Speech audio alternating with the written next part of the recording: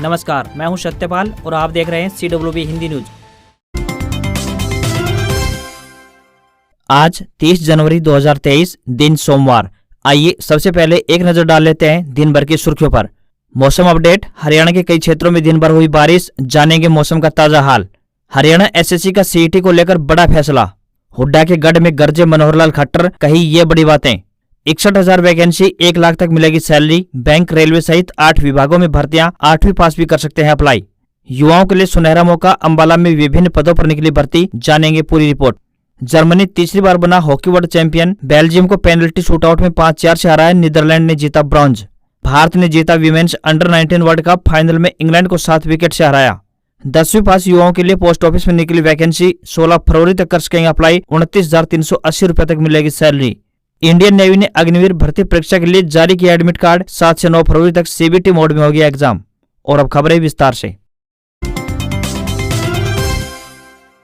मौसम अपडेट। हरियाणा के कई क्षेत्रों में दिन भर हुई बारिश, मौसम विभाग ने दी चेतावनी, आज भी जारी रहेगा बारिश का दौर। पश्चिमी विक्षोभ का असर रविवार को मैदानी राज्य पंजाब, राजस्थान, हरियाणा, NCR, दिल्ली, पश्चिमी उत्तर प्रदेश के 7 जिले में भी देखने को मिला है। इसकी वजह से हल्की से मध्यम बारिश व राजस्थान के कुछ स्थानों पर ओलावृष्टि भी हुई है। प्रदेश में सिरसा, फतेहाबाद, हिसार, जींद जिले में पश्चिमी विक्षोभ का कोई प्रभाव नहीं देखा गया, जबकि सोहना, तावड़ू, फिरोजपुर, झिरका, फरीदाबाद, गुरुग्राम, महेंद्रगढ़, रेवाड़ी, भिवानी, चरखी दादरी, रोहतक, झज्जर, बहादुरगढ़, सोनीपत, पानीपत, अंबाला, यमुनानगर, कुरुक्षेत्र, करनाल, NCR, दिल्ली में हल्की से मध्यम बारिश हुई है। तो वहीं मौसम विभाग के अनुसार सोमवार यानी आज भी बारिश व ओलावृष्टि की संभावना बनी हुई है। वर्तमान समय की बात करें तो बारिश और अधिकांश किसानों के लिए फायदेमंद साबित हुई है, खासकर गेहूं की फसलों को इससे लाभ पहुंचेगा। बारिश होने से गेहूं के खेतों में सिंचाई करने की आवश्यकता नहीं रहेगी। वहीं बारिश होने के बाद खेतों में कीटों का प्रभाव भी कम रहेगा, जिससे फसलों को फायदा पहुंचेगा। अन्य फसलों को भी बारिश से फायदा होगा। बारिश से आलू की फसल में अब सिंचाई की आवश्यकता नहीं रही।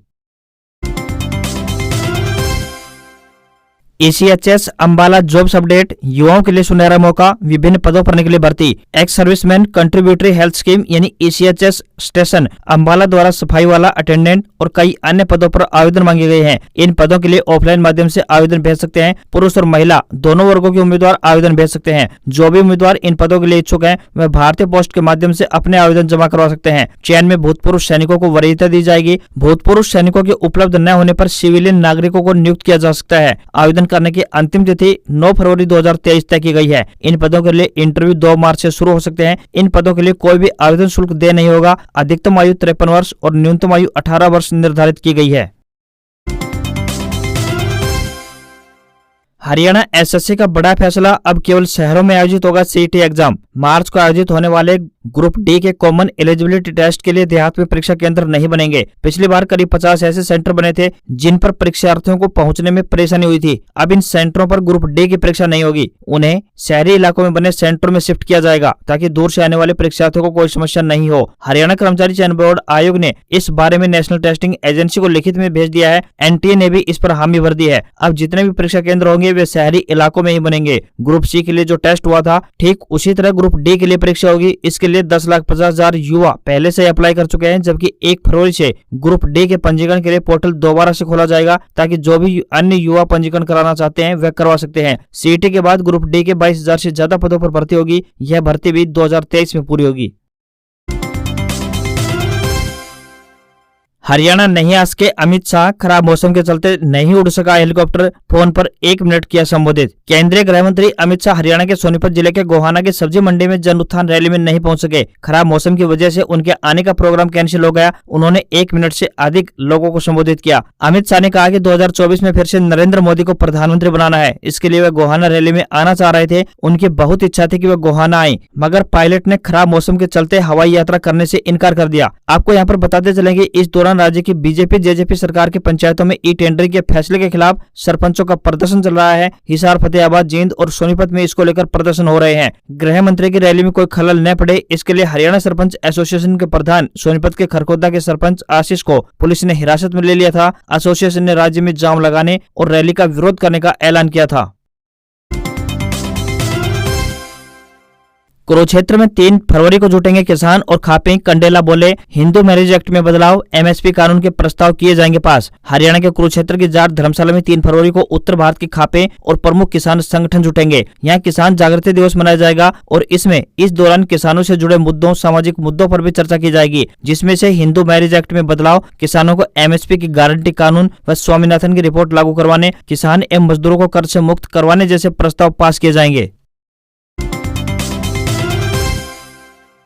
पंजाब में बवाल के बीच राम रहीम का सत्संग, श्रद्धालुओं पर कराई फूलों की वर्षा, डेरा मुखी का दावा 35 लाख से अधिक प्रेमी पहुंचे। पंजाब में विरोध के बीच डेरा सच्चा सौदा मुखी राम रहीम का सत्संग संपन्न हो गया। राम रहीम यूपी के बरनावा आश्रम से बठिंडा के सलाबतपुरा में ऑनलाइन सत्संग कर संगत को नशे से दूर करने का संदेश दिया है। सत्संग की शुरुआत में संगत पर फूलों से वर्षा की गई, इसलिए इससे पहले सिख संगठनों ने संगत को डेरे तक जाने से रोका और प्रदर्शन किया। राम रहीम ने दावा किया है कि आज सत्संग के लिए 35 लाख से अधिक लोग 100 एकड़ जमीन पर लगे पंडाल में पहुंचे, जिनके लिए पूरे पंडाल में 24 स्क्रीनें लगाई गई थी। इसके अलावा जो लोग नहीं पहुंच सके, यूट्यूब पर भी संगत ने सत्संग को सुना है। सलाबतपुरा हरियाणा के सिरसा के बाद दूसरा सबसे बड़ा आश्रम है। तकरीबन 5 साल के बाद राम रहीम इस आश्रम में सत्संग कर रहा है, जिसका सिख संगठनों ने विरोध किया। बठिंडा का सलाबतपुरा आश्रम 2010 के बाद विवादों में आया था। इसी आश्रम में राम रहीम ने खुद को श्री गुरु गोविंद सिंह जी के अवतार में ढालने का प्रयास किया और संगत के बीच आया था, जिसके बाद सिख संगत में उसके खिलाफ विरोध बढ़ गया था।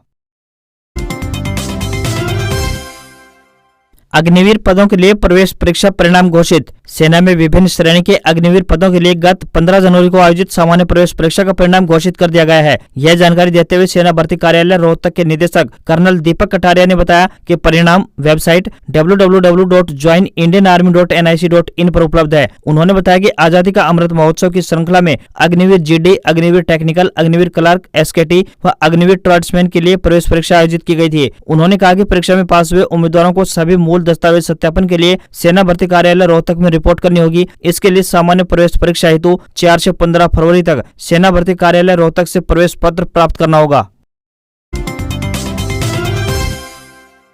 अमित शाह ने 2024 चुनाव का बजाय बिगुल, मोदी को फिर से पीएम बनाने को मांगी 10 सीटें। सोनीपत जिले के गोहाना में हुई भारतीय जनता पार्टी की जन उत्थान रैली में देश के गृह मंत्री अमित शाह नहीं पहुंच सके। खराब मौसम के चलते उनका गोहाना की नई सब्जी मंडी में आने का कार्यक्रम रद्द हो गया। हालांकि अमित शाह ने मोबाइल फोन के माध्यम से करीब 2.25 मिनट तक रैली को संबोधित किया और हरियाणा में 2024 के लोकसभा चुनाव का बिगुल बजाया। अमित शाह ने कार्यकर्ताओं को रैली का मकसद बताते हुए कहा कि यह रैली नरेंद्र मोदी को फिर से प्रधानमंत्री बनाने के लिए की गई है। इसके लिए इस बार भी हरियाणा के 10 लोकसभा सीटों पर कमल खिलाएं। विपक्ष पर निशाना साधते हुए और प्रदेश के मुख्यमंत्री मनोहर लाल की पीठ थपथपाते हुए अमित शाह ने कहा कि हरियाणा में 8 साल में जितना विकास हुआ है उतना 70 साल में भी नहीं हो सकता। आज हरियाणा में हर क्षेत्र में विकास हुआ है। प्रदेश में भ्रष्टाचार कम हुआ, कानून व्यवस्था की स्थिति ठीक हुई और जातिवाद खत्म हुआ है। अब प्रदेश में नौकरियों और ठेकों में भ्रष्टाचार का नहीं, साथ ही पढ़े लिखे सरपंच हरियाणा को आगे बढ़ा रहे हैं।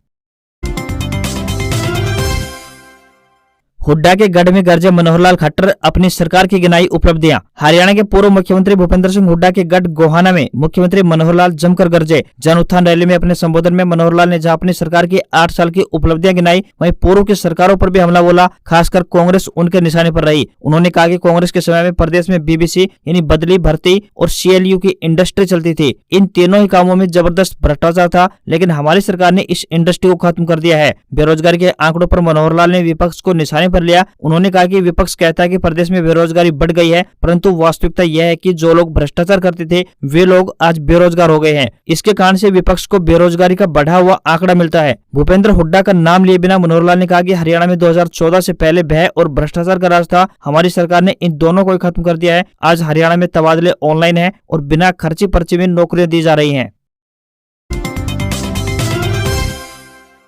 पंजाब और हरियाणा में 1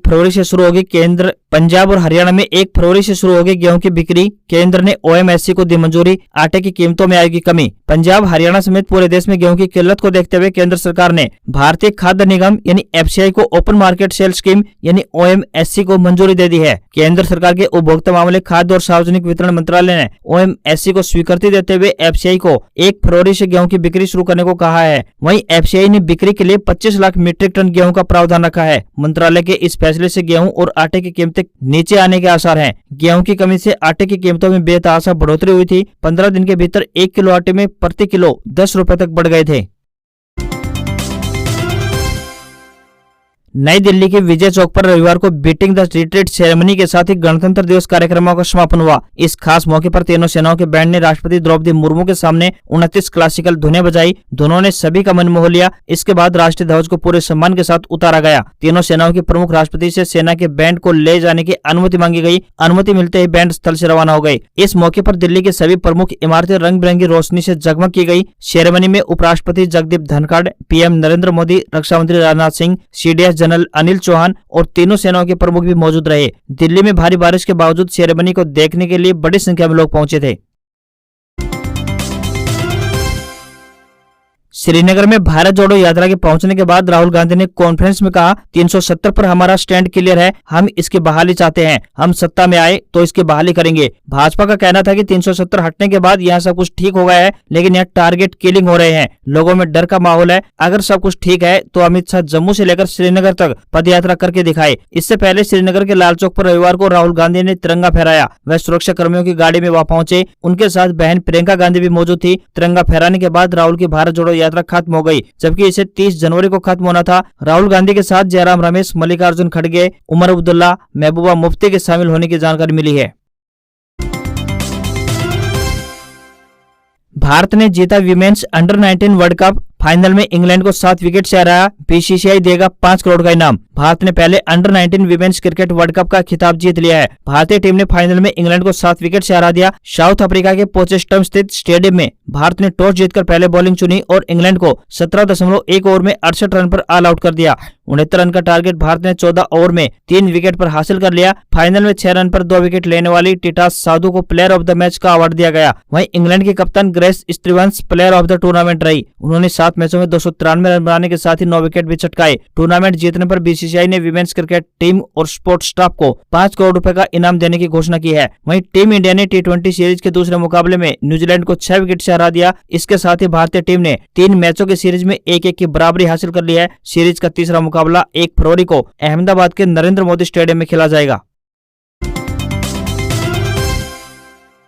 दीपेंद्र हुड्डा बोले, हरियाणा सरकार बेच रही है थोक में नौकरियां, एचपीएससी में बैठे हैं रिश्वतखोर। सांसद दीपेंद्र हुड्डा ने कहा है कि हरियाणा सरकार थोक में नौकरियां बेच रही है और डीजल, पेट्रोल, रसोई गैस सिलेंडर की तरह नौकरियों के रेट बढ़ाती जा रही है। सत्ता में बैठे लोगों ने नौकरी देने वाली संस्थाओं को लूट की खुली छूट दे रखी है। 2014 में बीजेपी ने सत्ता में आते ही प्रदेश में नौकरियों की बिक्री शुरू कर दी थी और 2019 में भ्रष्टाचार की नींव पर बने गठबंधन के बाद नौकरियों के रेट इतने महंगे कर दिए कि गरीब आदमी अपना घर बेचकर भी नौकरी नहीं खरीद सकता। उन्होंने कहा कि एचपीएससी में या तो घपलेबाज और रिश्वतखोर बैठे हैं या फिर पूरी तरह से नाकाबिल लोग बैठे हैं जो बार बार हो रही धांधली रोक नहीं पा रहे हैं। दीपेंद्र हुड्डा ने सवाल किया कि वेटनरी सर्जन भर्ती में 26 से ज्यादा प्रश्नों के उत्तर गलत होना और एडीओ भर्ती में 90% पद खाली रह जाना कोई तकनीकी खामी है या फिर कोई सोची समझी साजिश। उन्होंने सवाल उठाया कि एचपीएससी में हो रही रिश्वतखोरी, पेपर लीक का बेरोक-टोक खेल जारी कैसे है। उन्होंने कहा कि मौजूदा सरकार के नाक के नीचे 20 से ज्यादा अलग अलग भर्तियों के पेपर लीक हुए, लेकिन हर मामले में सरकार ने ठोस कार्रवाई करना तो दूर, जांच के नाम पर लीपापोती कर आरोपियों को बचाने की कोशिश की है।